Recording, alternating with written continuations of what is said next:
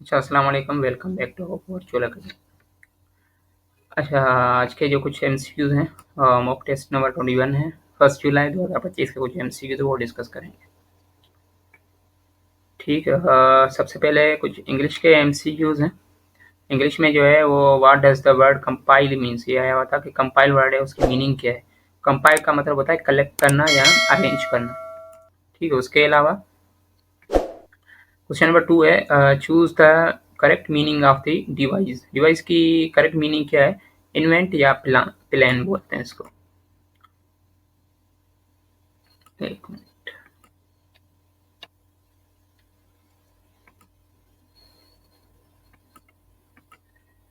ठीक है, उसके बाद जो है क्वेश्चन नंबर 3 है कन्फाइन मोस्टली नियरली मीन्स। अच्छा, कन्फाइन की जो है आपको नियरली मीनिंग देखनी है, तो इसकी मीनिंग होंगी लिमिट और रिस्ट्रिक्ट। क्वेश्चन नंबर 4 है the word collision. Word collision की मीनिंग क्या होती है? मतलब सडन इम्पैक्ट या फिर कोलाइड करना किसी चीज से। ठीक है, तो ये पिक्चर लगी हुई, पिक्चर से भी आप देख सकते हैं। तो ये आपको होता है सडन इम्पैक्ट। अच्छा, कनेक्शन मतलब होता है कि एक दो चीजें ऑलरेडी जुड़ी हुई हैं तो उनको कुछ बोलेंगे सर इसका कनेक्शन भी होगा मीनिंग। हो सकता है किस सेंस में, मगर ये एक्यूरेट मीनिंग नहीं है उसकी। ठीक है, तो कोलिजन क्या है? अचानक से कोई इम्पैक्ट हो गया, जैसे जैसे ये गाड़ी एक दूसरे से टकरा गई, अचानक से टकरा गई ना, तो ये इसको बोलेंगे कोलिजन। क्वेश्चन नंबर 5 है कि इधर of his friends dash guilty.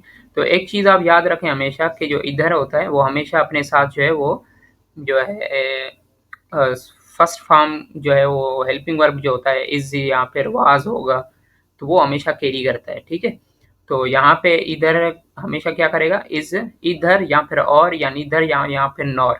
ये चार चीजों जो है हमेशा अपने साथ जो है वो सिंगुलर फॉर्म में लेती हैं। ठीक है, चाहे वो आप इधर, यहाँ पे तो फ्रेंड्स हैं, यहाँ पे तो प्लूरल है, तो यहाँ पे वर या आर होना चाहिए, मगर यहाँ पे इस तरह नहीं होगा। आपका इधर है ना, तो इधर हमेशा अपने साथ जो है वो वाज या इज कैरी करता है।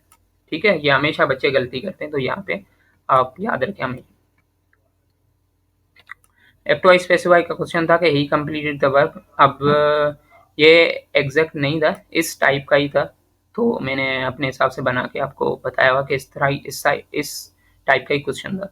ही कंप्लीट द वर्क, तो ये क्या हुआ? ये ऑलरेडी पास्ट में है, तो आप इसको क्या करोगे? पास्ट में जो है the work was completed by him, ये इसका पेश हो जाए। क्वेश्चन नंबर 7 नरेशन का, she said I am reading a book.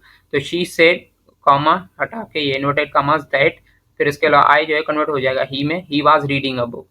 तो she said that she was reading a book. ठीक है, चलते क्वेश्चन नंबर 8 पे। Which of the following is the antonym of the assist. Assist का जो है ना ऑपोजिट वर्ड आपको देखना है, तो इसका होगा हार्म।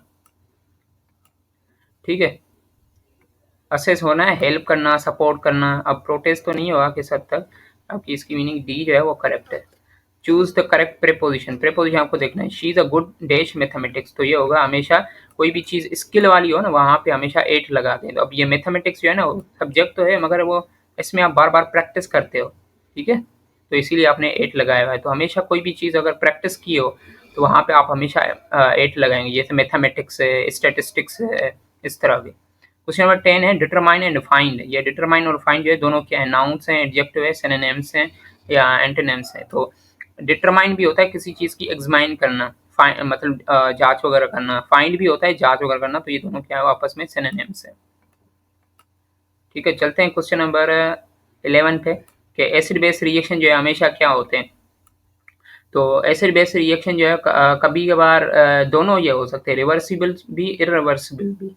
ठीक है, तो इसका ऑप्शन इसका देना चाहिए था ए एंड बी, मगर इसका डी जो है वो करेक्ट होगा, क्योंकि ए और बी ये दोनों टिक कर सकते हैं, मगर टिक करेंगे दोनों तो क्वेश्चन गलत हो जाएगा। इससे बेहतर है कि डी कर दें।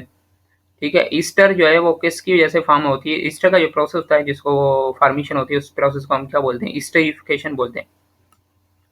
ठीक है, ये नीचे भी दिया हुआ है, कार्बोक्सिलिक एसिड और अल्कोहल दोनों मिलेंगे तो ईस्टर बनेगा और वाटर बनेगा। ऑर्गेनिक कंपाउंड्स जो होते हैं वो are formed from, organic compound जो है कहाँ से मिलते हैं? प्लांट्स एंड एनिमल्स से। Which are the following is not inorganic. हम इनमें से बताना है आपको इनऑर्गेनिक कौन सा है। इनऑर्गेनिक हमेशा वो होता है जिसमें कार्बन हाइड्रोजन के मॉलिक्यूल्स या एलिमेंट्स नहीं होने चाहिए, तो ये CH4। क्वेश्चन नंबर 15 है alkyl halides are derivative of. Alkyl halide किसके डेरिवेटिव हैं? अल्केन्स के हैं। डिकाइन का आपको फार्मूला देखना है। डिकाइन जो है वो YN ये इथाइन का है और इथाइन का फार्मूला होता है CnH2n माइनस में 2। तो कार्बन 10 और यहाँ पे इसको डबल करेंगे तो 20 हो जाएगा, 20 में से -2 करेंगे तो 18। तो ये आपका बी ऑप्शन करेक्ट है। क्वेश्चन नंबर 17 है कास्टिक सोडा, इसका फार्मूला क्या है? NaOH। ये मैंने पिक भी लगाया हुआ है। हाईली पेनेट्रेटिंग पावर जो है वो किसका है? तो आपको यहाँ पे देखना है अल्फा, बीटा, गामा और इंफ्रारेड। अब यहाँ पे देखें अल्फा जो है वो यहाँ तक आके खत्म हो गया, बीटा 2 स्लाइड पास करके गया, गामा 3। अब न्यूट्रॉन जो है वो न्यूट्रल, ये तो अभी है नहीं यहाँ पे। तो आपका गामा जो है वो हाईएस्ट पेनेट्रेटिंग पावर है, ठीक है। लीस्ट बोलें तो फिर अल्फा। बुरान जो है उसके हाईएस्ट आयोनाइजेशन एनर्जी है, क्योंकि बुरान जो है उसमें एटम कम है तो उसका जो है साइज भी कम होगा। साइज कम होगा तो मॉलिक्यूल्स न्यूक्लियस के करीब होंगे, और न्यूक्लियस के करीब होंगे तो हाईएस्ट न्यूक्लियस जो है उनको मॉलिक्यूल को इजीली बाहर जाने नहीं देगा। तो आपको ज़्यादा से ज़्यादा एनर्जी देनी पड़ेगी वैलेंस इलेक्ट्रॉन से और वैलेंस शेल से इलेक्ट्रॉन रिमूव करने के लिए। तो जाहिर बात है जितनी आप हाईएस्ट एनर्जी देंगे उतना हाईएस्ट आपका आयोनाइजेशन एनर्जी इंक्रीज होगा, ठीक है। बायोलॉजी के कुछ MCQs हैं। 20 क्वेश्चन है। DNA is made of repeated units called. DNA repeated units का बना होता है, आप इनको क्या बोलते हैं? ये न्यूक्लियोटाइड्स का बना होता है, ठीक है। आगे चलते हैं। क्वेश्चन नंबर 21 है डीएनए जो है उसमें क्या क्या है? फास्फेट ग्रुप है, नाइट्रोजन बेस है, न्यूक्लियोटाइड है, ऑल ऑफ दीज है। Which of the following can be regenerated in starfish? Starfish में कौन सी चीज रीजनरेट हो रही है? तो ये आपके आर्म्स है। अगर स्टार वर्म की एक वर्म जो है वो कट जाए तो वो फिर से रीजनरेट होगी, ठीक है। स्पीशीज जो है वो उसको बेस डिफाइंड है। स्पीशीज जो है group of organisms that can not be interbreed, ठीक है। फिजिक्स से कुछ MCQs थे कि work done against a friction. अगर वर्क डन अगेंस्ट फ्रिक्शन कर रहा है तो आपका क्या होगा? ये दोनों अपोजिट हो जाएंगे, और अपोजिट में हमेशा cos 180 -1 के इक्वल होता है, तो नेगेटिव वर्क हो जाएगा।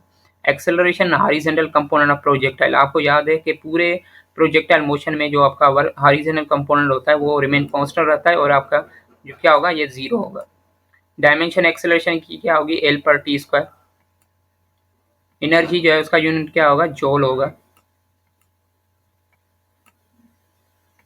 वाट जो है वो किसका पावर है? वाट जो है वो आपका वाट जो है वो यूनिट है आपका पावर का,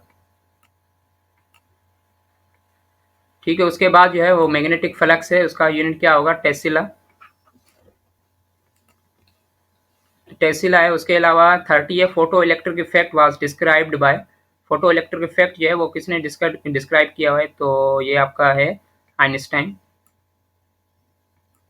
gravitational force is directly proportional to the product of masses. Charles law equation उसका क्या है? V डायरेक्टली प्रोपोर्शनल T से। क्वेश्चन नंबर 33 है एडिंग द 2 और मोर वेक्टर्स गिव। अच्छा, आप 2 या 2 से ज़्यादा वेक्टर को ऐड करेंगे तो एक तो ये रिजल्टेंट वेक्टर भी होगा, और एक और भी होता है कि 2 या 2 से ज़्यादा वेक्टर। अच्छा, स्केलर प्रोडक्ट भी कुछ बच्चे लगा के आए हैं। स्केलर प्रोडक्ट ऐसे होता है, या स्केलर क्वांटिटी जब बोलें कि जब 2 वेक्टर्स आपस में मल्टीप्लाई होते हैं ना तो आपका प्रोडक्ट जो होता है वो स्केलर मिलता है। जैसे W=F.T। F भी फोर्स भी वेक्टर है, डिस्प्लेसमेंट भी वेक्टर है।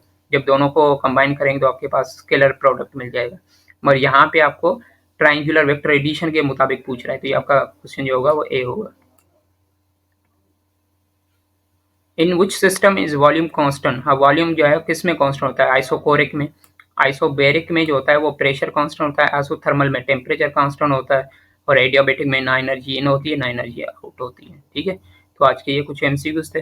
मिलते हैं इंशाल्लाह नेक्स्ट वीडियो में। नेक्स्ट वीडियो में कोशिश कर रहा हूँ कि जो भी डॉक्यूमेंट्स हैं आपके, और जो है सेल्फ पे आपको कैसे अप्लाई करना है, स्कॉलरशिप में इंटरव्यू के बारे में कौन कौन सी चीज़ें, तो इंशाल्लाह आप अगर आपको ये है कि आप सर इस पे वीडियो बनाए तो कमेंट में बता दीजिएगा, मैं वीडियो बना दूँगा, ठीक है। ओके।